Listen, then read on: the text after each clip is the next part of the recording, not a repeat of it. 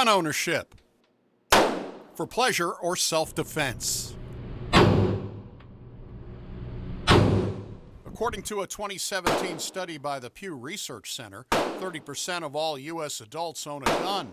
But recent mass shootings and news of armed violence in Chicago has opened the door to a flood of gun bills hitting the Illinois legislature, with more expected both here and nationally. You called it this morning on my radio show an attack on the Second Amendment, and absolutely it is. Dan Cooley is the owner of the Bullet Trap, a gun shop and gun range in Macon. Dan sees the move to add more restrictive legislation as a violation of his rights. Yep. Well, this is our right as United States citizens. Dan and other gun shop owners point to a restrictive new state gun dealers licensing law, similar to federal law already in place, but with a host of added costs and regulations.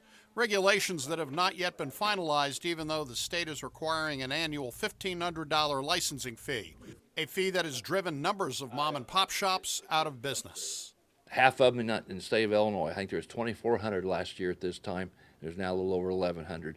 Among the most controversial provisions of the gun dealer's licensing law involves video recording at all gun shops. You have to have high-definition cameras, 4K, and they have to be capable of facial recognition, and they also have to be capable of reading the license plates in the cars in the parking lot.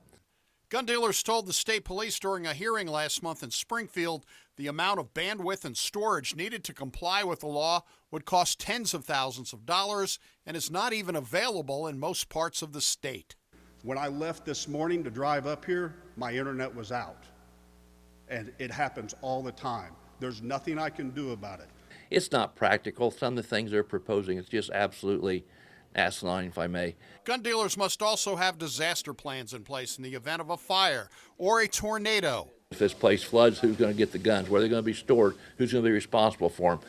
Plus the implementation of electronic record keeping. Electronic record keeping is one of the things that's going to take shape here. I have no idea what that's going to cost us away in investment. We can protect Second Amendment rights and still have sensible regulation of gun safety. On the national level, U.S. Senator Dick Durbin of Illinois wants to see expanded background checks and restrictions on certain types of weapons. I think we ought to have a limitation and regulation on military-style weapons and military-style clips and cartridges. To think that my second-grade granddaughter has been warned about active shooters in school and what to do in the classroom is an abomination. We run a legitimate business. We've never had a gun here that was lost or stolen. Everything in here still, we started with, is still here. They check us at least once a year. The ATF does. All our books are in shape. Everything's as it should be. I don't need more oversight.